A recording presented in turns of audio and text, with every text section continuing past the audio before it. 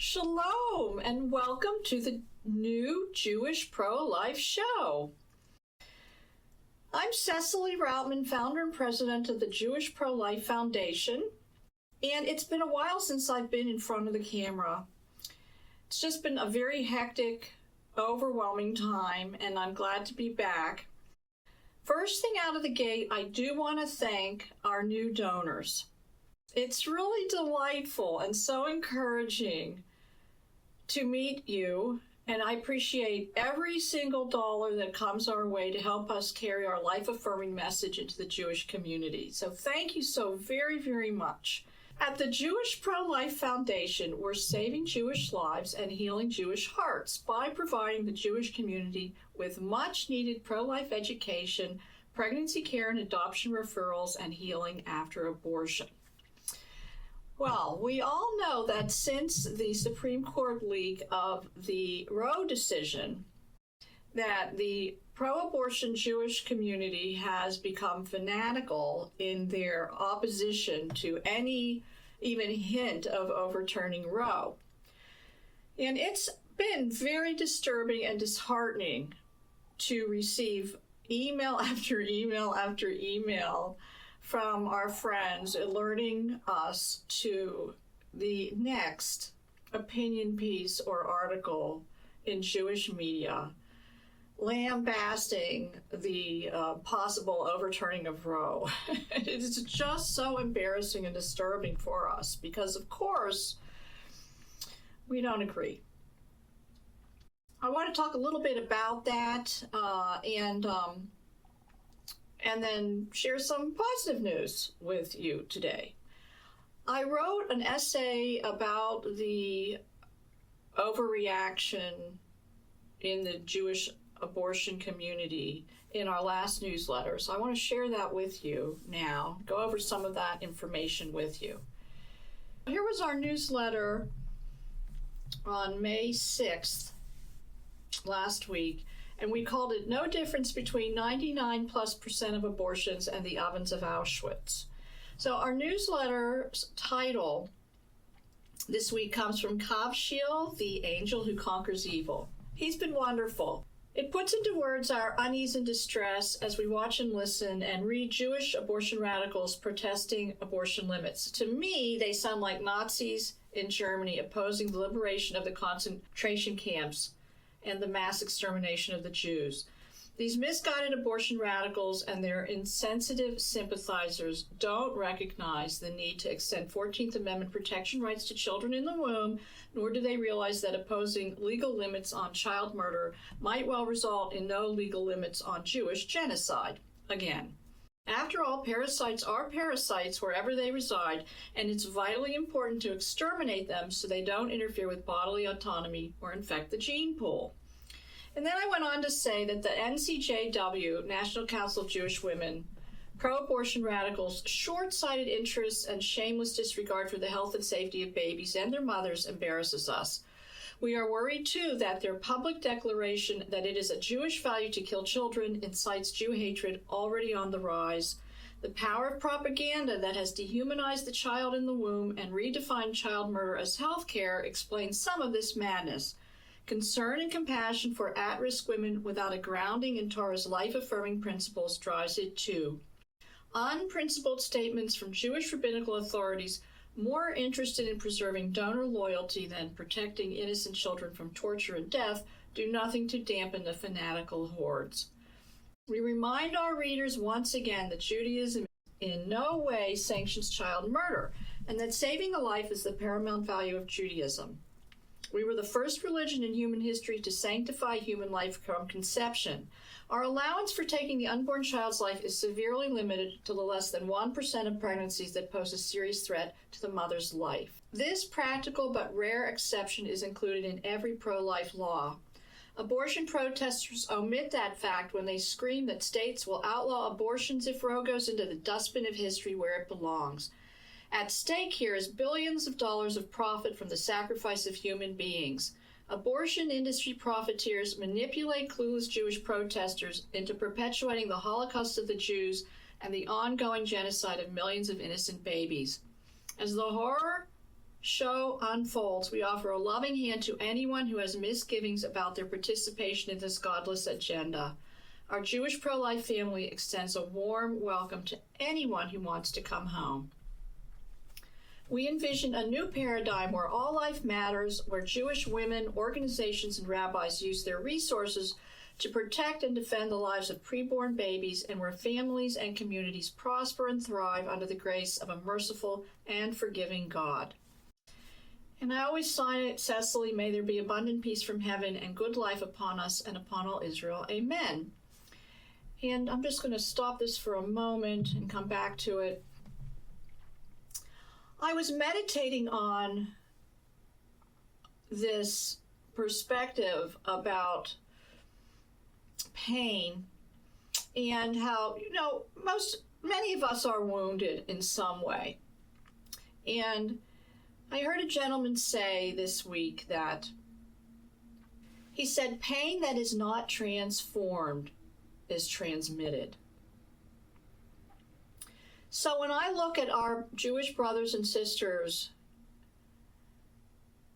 out there in the public square, rallying for reproductive justice and unlimited access to abortion, and claiming that they have a right to kill children in the womb because they're Jewish, and Judaism says that that's allowed.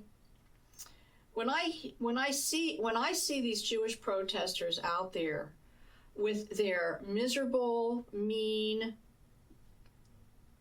expressions on their faces and an attitude of hostility emanating from them with such chutzpah, right? I mean, it's just amazing. There's no shame there in publicly proclaiming that they ought to have the right to kill their children. I see pain. That's one of the reasons that we offer a healing program to our Jewish brothers and sisters that have pain after abortion, because if it isn't transformed through teshuvah to healing and a return to a covenantal relationship with our Creator, it will stay there, very deep in the subconscious and in the tissues of the body, and it will come out like we see. And I'm critical of the lack of leadership around this issue for decades now in the Jewish community. There's been such ignorance about the need for healing.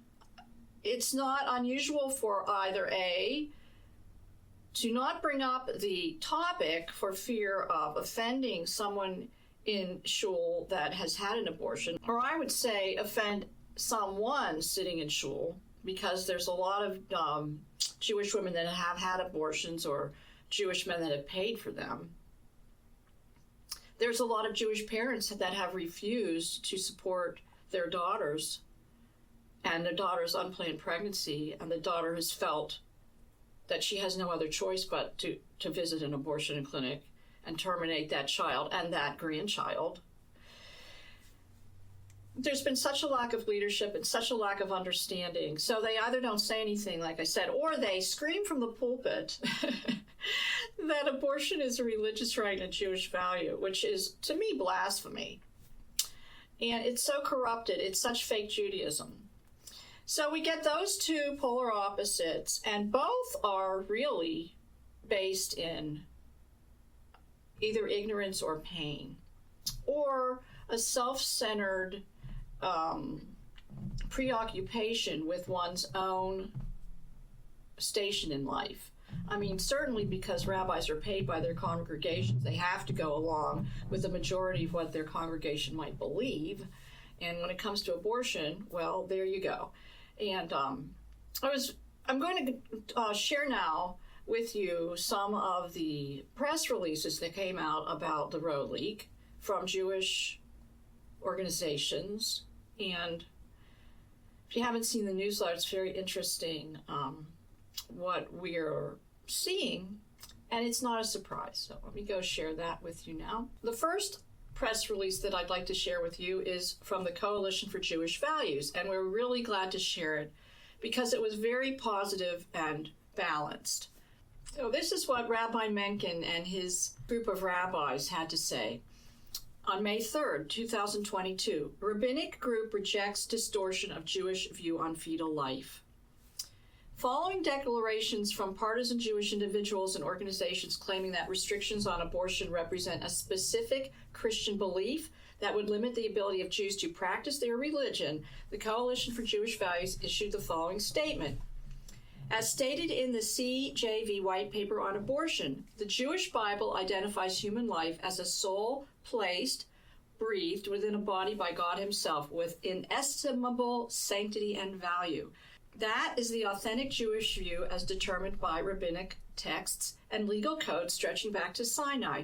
We support heartbeat laws and other efforts to distinguish between tragic cases of abortion due to medical necessity as compared to disregard for fetal life as simply the mother's choice. Reversing Roe v. Wade would not ban abortion, as alarmists insist. On the contrary, it would restore this policy decision to the hands of the democratic governments of the individual states. We hope that more states will be able to enact reasonable restrictions and restore America to a posture of valuing all human life. Thank you, Rabbi Mencken. I would like to say that allowing the legal slaughter of millions of children, innocent children in the womb, in any state in the country, is not American, it's not moral, it's not ethical, and it's not right. So if medical abortion is necessary in less than 1% of all pregnancies, how can we say that it's okay for the states to decide to terminate the lives of unborn citizens for less than that in most cases? So we can't do that. It's interesting because some people say, and I happen to agree, that abortion is this generation's most egregious human rights tragedy and injustice. So looking back at slavery, we had the free states and the slave states. And now we're going to have, if Roe goes down, the murdering states and the life states. And already, the states that are passing legislation to ensure unlimited abortion access are inviting people to come to those states for abortions. It's called vacation abortion states. And this is just a terrible thing. Now, when we were dealing with the slavery issue, of course, what happened. The moral underpinnings of the abolitionist movement ended up tearing the country apart. And I do foresee that if we do get life states and death states, that people in this country are not going to eventually, life-affirming, moral people are not going to abide with vacation abortions. And I don't know what's going to happen to this country, but it's just not right. Now, and when it comes to Judaism and this allowance for abortion in cases where the mother's life is threatened, mortally threatened, we still allow too much wiggle room, in my opinion. My concern about rabbis having the decision whether or not a woman should kill her child is that many rabbis are ignorant about life-saving alternatives. They may be compromised in cases of rape and incest by perpetrators who want to, do away with the evidence. If women are, mentally distressed because of an unplanned or an unwanted pregnancy, there's a rush to judgment that the abortion will help her, and that is totally false. We need in every shul, in every synagogue, in every temple, a Respect Life group with women who will rally around a mother and family facing difficulty about a pregnancy, provide her with any needs she might require, or provide an adoptive home for that young Jewish community member. That is a much better solution than leaving this life and death decision into the hands of a rabbi. In our opinion. And we must understand that because every pro-life law has an exception to any kind of limits on abortion to save the life of the mother, it coincides very beautifully with Judaism.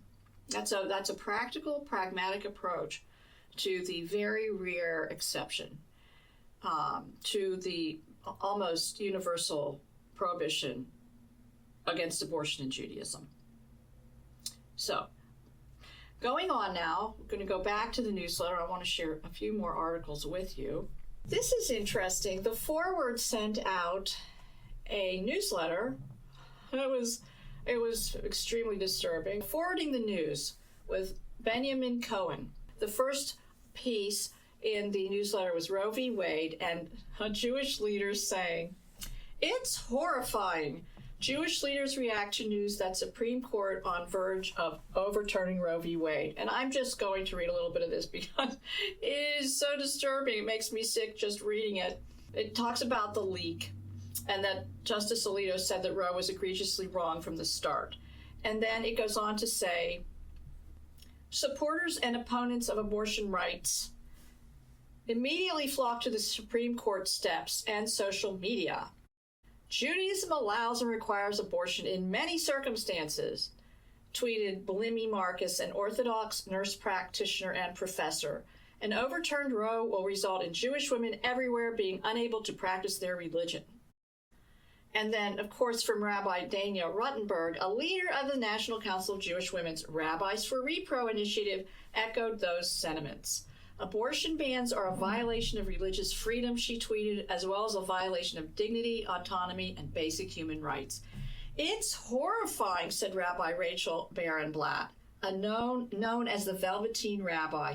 Guard your energy and double down on spiritual practice. We're going to need to be strong and resilient in the face of all this. And then opinion column published by Rob Eshman calls it a win for religious fervor and a reminder that no battle is won until both sides stop fighting. The anti-abortion views are rooted in a specific Christian belief that life begins at conception and that abortion therefore is murder. Jews don't believe that, he says. The state of Israel, which so many evangelical Christians support unreservedly, has had legalized abortion since 1977. Unfortunately, that is very true. This accusation that if you're pro-life, you have a Christian-based theology, well, it's just not true, and it's very misleading. For one thing, Christian pro-life perspectives are grounded in Torah. It's from the Old Testament that we have the prohibition against child sacrifice, and we have a sanctity of human life starting from conception. And so when a Christian talks about why they're pro-life, that's what they're referencing. And any Jew that points the finger at a Christian for doing that is not educated in their own religion, which unfortunately is sad but true. Now, these false claims from Jewish abortion supporters are transmitted through the airwaves and in print all the time. And, if you tell the lie enough times, people believe it, especially if you're not giving them real information. So we have created an educational info card, really, that addresses each one of these claims. And I'll show you that right now. So this info card is called Jewish Pro-Life Replies to Jewish Pro-Abortion Claims. And I'm going to start with the first one. Abortion is a Jewish value. Judaism is the original pro-life religion, the first religion in human history to ban child sacrifice and to sanctify human life from conception. Abortion is prohibited in Judaism and judged to be the unwarranted taking of a life within a life. Jewish values incorporate actions that protect and save life, not destroy life. Our traditions teach us to use our abundant resources to help vulnerable women and children flourish, to actively rescue those who are targeted for death, to respect life as made in the image of the Creator, to promote family, community, and posterity. If the life of an unborn baby is being mortally threatened, then it is equally mandated in Jewish law to save that baby's life and to break every Sabbath prohibition to do so. Our legal code forbids direct involvement in the destruction of life or support of businesses that destroy life or engage in criminal activity. Therefore, Jews are forbidden to engage in or support abortion business practices, torturing and starving, poisoning, or dismembering unborn citizens without giving these victims pain medication, delivering live babies for illegal organ harvesting, racially targeting minority populations, ignoring standard medical regulations, failing to report sex crimes, or protecting victims of sex trafficking, and harming women physically, mentally, and emotionally. Now, we have other pro-life replies to these pro-abortion claims by Jews, and we'll take a look at the next one, abortion is a religious right, next time. I have posted these on our website as well on the homepage. You can take a look at them if you'd like to do that. There's so much to talk about, and we're going to go through, the next time we'll go through some of the other press releases from some of the other Jewish organizations. I would like to say it's an uncanny thing, but there's a lovely, young, intelligent, open-minded, fair-minded reporter at the Forward who requested an interview with us. And so we did talk with him over the phone last week, and he was actually very delightful.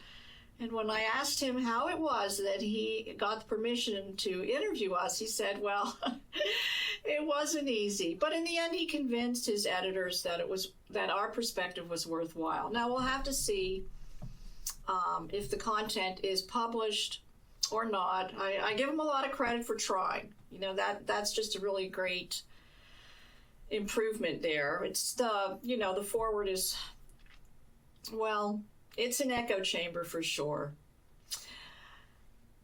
Just remember, you can always visit our website. We've got a lot of great information there. As I said, we uploaded the info card to the homepage. Also on the homepage is our monthly flyers. Oh, that was one other thing I wanted to share with you, our May monthly flyer. I'll do that at the risk of keeping you a bit too long. It depicted the frightening and terrifying discovery of abortion victims outside of a Washington, D.C. abortion center. So let me bring that up real quickly here before we go. So here's our flyer for the month of May. We'll go into the Jewish Press, the Five Towns Jewish Times, the Heritage Florida Jewish News, the Jewish Voice, and Jewish Link New Jersey. Thank you, publishers and editors, for giving us access to so many readers. Shun evil and do good, seek peace and pursue it. Psalm 33:8. That's a Jewish value, folks. And I used the impression made by one of the children that was murdered in that abortion clinic, a late-term baby girl. And the people that discovered her made this meme, which says, human beings are not disposable, justice for the five. So there were 5 later-term babies found in this medical waste bin, along with 110 other younger children, dismembered children that were found there. So I just describe it briefly. This baby girl was one of 5 intact, viable, pain-capable children among the dismembered remains of 110 younger children discovered in a medical waste bin servicing a Washington, D.C. abortion clinic on April 1, 2022. According to medical experts, her skull injury may indicate homicide after attempted abortion. So this, unfortunately, is happening in this country. These babies are being born alive. They're either being born alive, and then while they're alive, their organs are dissected for sale for thousands of dollars an organ, or they're murdered by this little girl allegedly had her skull crushed in after delivery. Now, I go on to say, killing innocent children is not a Jewish value. Do you hear me, Jewish brothers and sisters standing outside the Supreme Court steps screaming about this? It is not a religious right. It is not health care. It is the sacrifice of human capital for profit. These abortions, these late-term abortions, cost from $8,000 to $15,000. Folks, if there was no money in abortion, it would never be legal. If you are suffering after abortion or having misgivings about supporting the right to this unholy activity, please contact us. We provide healing and support and a warm welcome to our pro-life Jewish family. And again, we offer pro-life education, Jewish-friendly pregnancy care referrals and adoption referrals, and healing after abortion. So our healing program, Tikvat Rachel, is very profound and effective and beneficial. We offer it at no charge in our Zoom room, our private Zoom room on a Sunday afternoon, and we will be repeating that sometime this summer. So if you're interested in that, please let us know. You can go to our website, jewishprolifefoundation.org, or you can call me, 412-758-3269. I'll be happy to put you in touch with our facilitator of that program. Thank you so much for your time today. Just in closing, I'd like to remind you that on our homepage, on our website, you can sign up for our newsletter. You can go to the library to download our PowerPoint entitled Judaism, the Original Pro-Life Religion. You can download the healing program there and find contact information for our facilitator there too. You can request a welcome packet at our website and check out our Pro-Life Rabbis page, the Pro-Life blog, and our Jewish-friendly pregnancy care and adoption resources. Be sure to visit our worship page where you can learn more about online accessible Shabbat services and Torah studies led by our pro-life rabbis, Rabbi Bovid and Rabbi Nachman. At the Jewish Pro-Life Foundation, we're making the original pro-life religion pro-life again. Thanks so much for checking in with us, and we'll be back soon. Shalom and good day. I'm the news that nobody expected. I was never a part of your plan. I'm the reason why life as you know it feels like it's slipping through your trembling hands. And the doctors say I'm just an option, a mistake you can make disappear. I may not have a voice, but I'm more than a choice. I'm as real as the heartbeat you hear. So don't close the book on me yet. I've still got a long way to go. Empty pages to fill, and the best part is still down the road. Oh, I am a story untold. I am God's miracle in the making, proof that all things can work for the good.